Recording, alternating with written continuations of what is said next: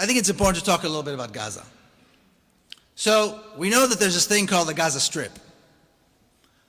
Why is there a Gaza Strip? How did Gaza suddenly become a strip? Gaza is an ancient city that's been there for a very long time. What is this strip? How was it created? Why is it there? So you can read the statistics. I won't repeat them, just maybe to say that it's a very small place with a very large population. In 1948, or even as early or as late as the early 1950s, as the ethnic cleansing of Palestine was finishing up, they needed a place in which to herd the hundreds of thousands of refugees. So refugee camps were built around the city of Gaza, a line was drawn, and that is the Gaza Strip. That is why there's a Gaza Strip. Poor refugees have always been the majority of the population in the Gaza Strip. Poor homeless refugees. You can see very high unemployment, very high poverty rates. 90% of the water is not fit for drinking, no access to medicine, very little access to nutrition, very little access to electricity. But there's an interesting part of one particular data here, which is very interesting, which is the literacy rate in Gaza is one of the highest in the world. 92% literacy rate. Now normally when there's high literacy rate, there's low poverty. When there's high literacy rate, there's high employment. Why is it the opposite in Gaza? Because this reality is imposed on Gaza by Israel. The UN came out a while ago saying that by 2020, if nothing is done, by 2020, Gaza will be a humanitarian catastrophe. I think whoever wrote that needs to go to Gaza now and tell us how is it not a humanitarian catastrophe now, and how has it not been a humanitarian catastrophe for decades? This reality is imposed on Gaza by Israel. Now never mind the bombing, I'll talk about that in a minute, but it's just reality. Imagine a child who has an ear infection and there's no access to antibiotics. Now imagine this happening 5 minutes away, 5 minutes drive from an Israeli city where there's electricity as much as you want, clean water as much as you need, access to every medicine you could possibly want. 5 minutes away. But the people in Gaza have no access to that because they're locked up. That makes this even worse. Now, if we don't see the bigger picture, if we're not aware of the context, there's no way to understand why there's a strip, why there are refugees. None of this would have happened had it not been for the ethnic cleansing of 1948.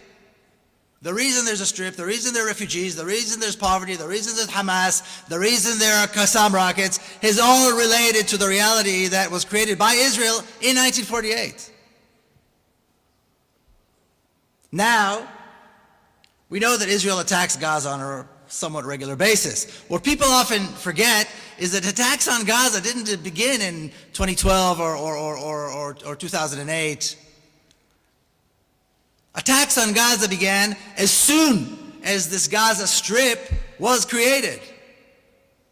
Almost immediately, in the early 1950s, almost immediately as the Gaza Strip was drawn, Israeli commandos began entering Gaza in what they called punitive operations. They would go in and massacre people.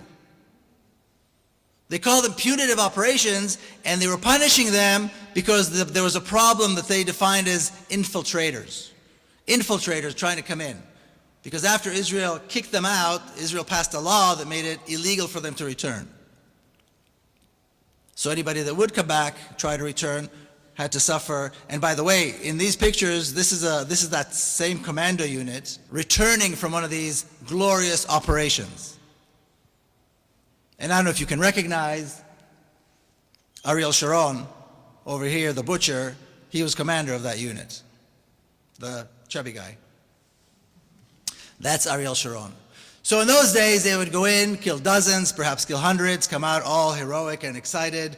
Our guys, you know, having fought terrorism. Then later on, they stopped calling them infiltrators. They started calling them fidayin, which nobody really knew what that meant, but we know today it means fighters. Then they went and they called them terrorists. Now, of course, they call them Hamas. And another development is that today the technology has improved. So whereas they were only able to kill dozens or hundreds in the beginning, now with this modern technology, they can kill thousands. In 51 days, they killed about 2,500 people, injured close to 20,000. That's pretty remarkable. In 2014, they had 6,000 flyovers. 6,000 flyovers dropping millions of tons of bombs on a civilian population that has no defenses and really has no military force. Then they brought in the ground troops. And we were there at the time. We drove down to the border of the Gaza Strip, and there's one point in the south which is where the ground forces enter. And as you approach, you see these fields with a very strange shade of green. And as you come closer, you see these are tanks. Hundreds and hundreds of tanks. You would think Rommel is back. What do they need all these tanks for? What do they need all these troops for? And then, of course, the United Nations brings in a commission to find out if war crimes were committed. Because just the fact that millions of tons of bombs were dropped on innocent civilians is not enough proof. They need to go in and they come out and they say, yes, there were abuses on both sides. That's their conclusion.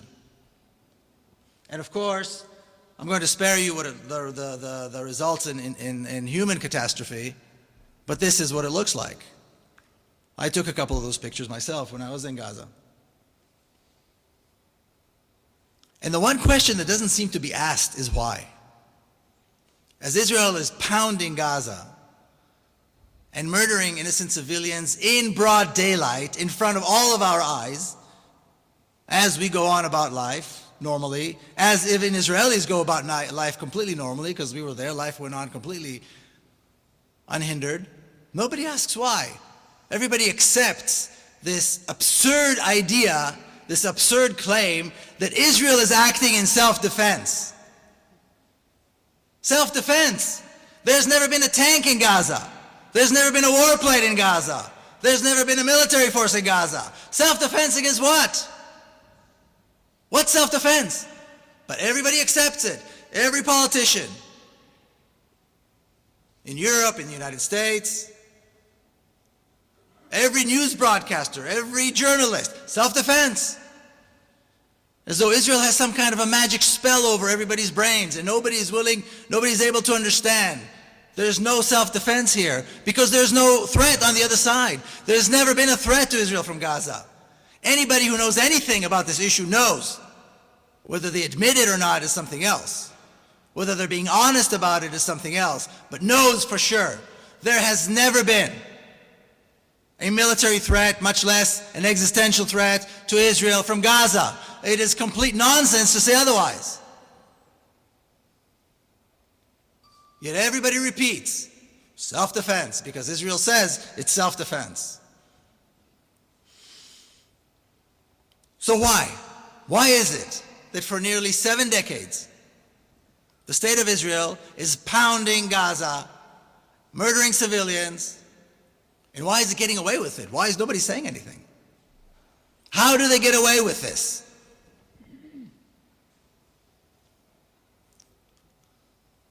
The existence of this humanitarian catastrophe, 5 minutes away from Israeli cities where everybody lives a completely normal life, is a threat to the legitimacy of Israel. It is a threat to the narrative, to that holy grail. That is the problem. Israel has only 2 choices. It has to do something about Gaza. And there are only 2 things it can do. Leaving it alone and doing nothing is not an option because it gets embarrassing. People are going to ask questions. So, one option would be to allow the refugees to go back to their home, pay them restitution, rebuild Gaza, and allow people to live as they should. But of course we can't do that because Israel doesn't want any more Arabs.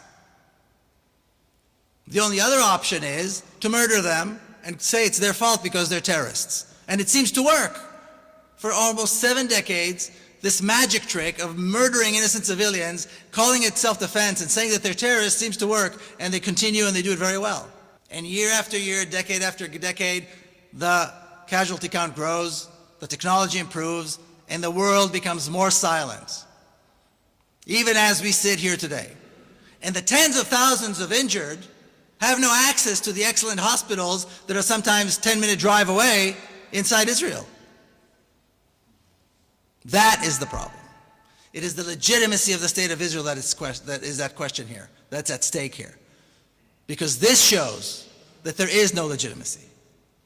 This is the test that shows that Israel has no legitimacy. And this is exactly what the European and the American politicians and journalists are afraid to say. And this is exactly what needs to be said.